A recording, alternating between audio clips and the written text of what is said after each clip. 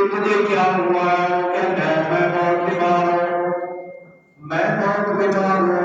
نبی علیہ الصلوۃ والسلام اس کو دیکھتے ہیں کہ وہ بالکل کمزور اور لاغر ہو چکا ہوتا ہے۔ نبی علیہ الصلوۃ والسلام جب اس کو دیکھتے ہیں وہ بہت کمزور اور لاغر ہو چکا ہوتا ہے۔ نبی علیہ الصلوۃ والسلام اس شخص سے کہتے ہیں کہ اے نوجوان مجھے یہ بتا کہ تو اتنا بیمار ہو گیا ہے، تو اللہ سے دعا کی ہے یا نہیں کی؟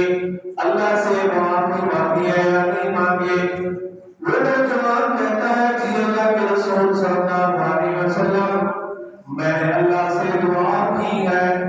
نبی علیہ السلام پوچھتے ہیں اے نوجوان میں شخص مجھے یہ بتا کون سی دعا کی ہے؟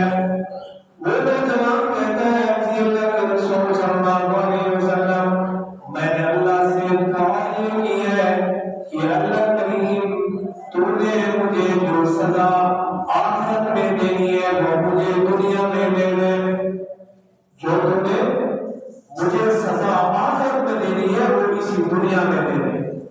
نبی علیہ السلام اس کو کہتے ہیں نوجوان اے شخص تو نے یہ دعا کیوں مانگی ہے؟ جو آخرت کی سزا ہے وہ ایسی سزا نہیں ہے، وہ بالکل سخت ہے۔ نوجوان کہتا ہے جی اللہ کے رسول صلی اللہ علیہ وسلم میں نے یہ دعا کر دی ہے، اب میں کیا کروں؟ اس لیے لاغر اور کمزور ہو چکا ہوں، مجھے سزا مل رہی ہے۔ نبی علیہ السلام فرماتے ہیں نوجوان ہے شخص تو یہ دعا کرتا ربنا آتنا فی الدنیا حسنۃ وفی الآخرۃ حسنۃ وقنا عذاب النار۔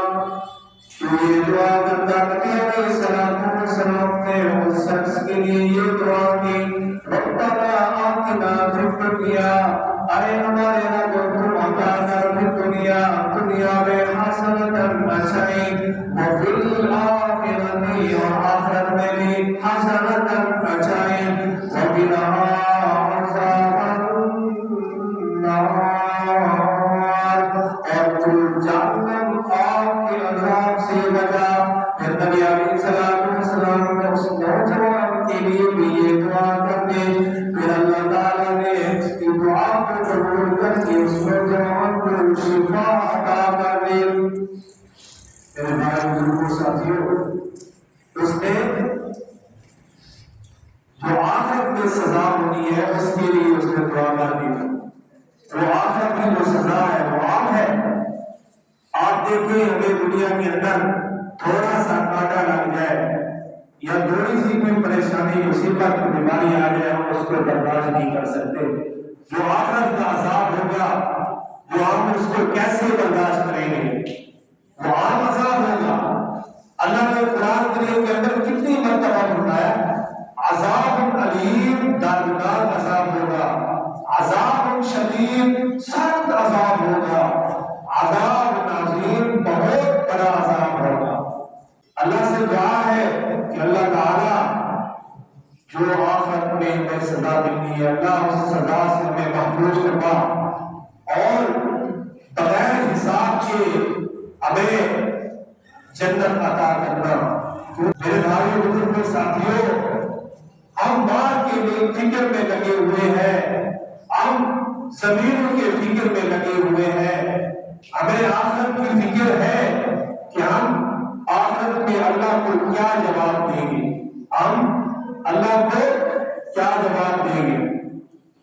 حضرت ایوب علیہ السلام بہت لمبا عرصہ بیماری میں مبتلا ہے، بیماری نے اس کو پکڑا ہوا ہے، بیماری میں مبتلا ہے۔ وہ کس سے اپنی بیماری کے لیے دعا کر رہے ہیں، اللہ سے دعا کر رہے ہیں۔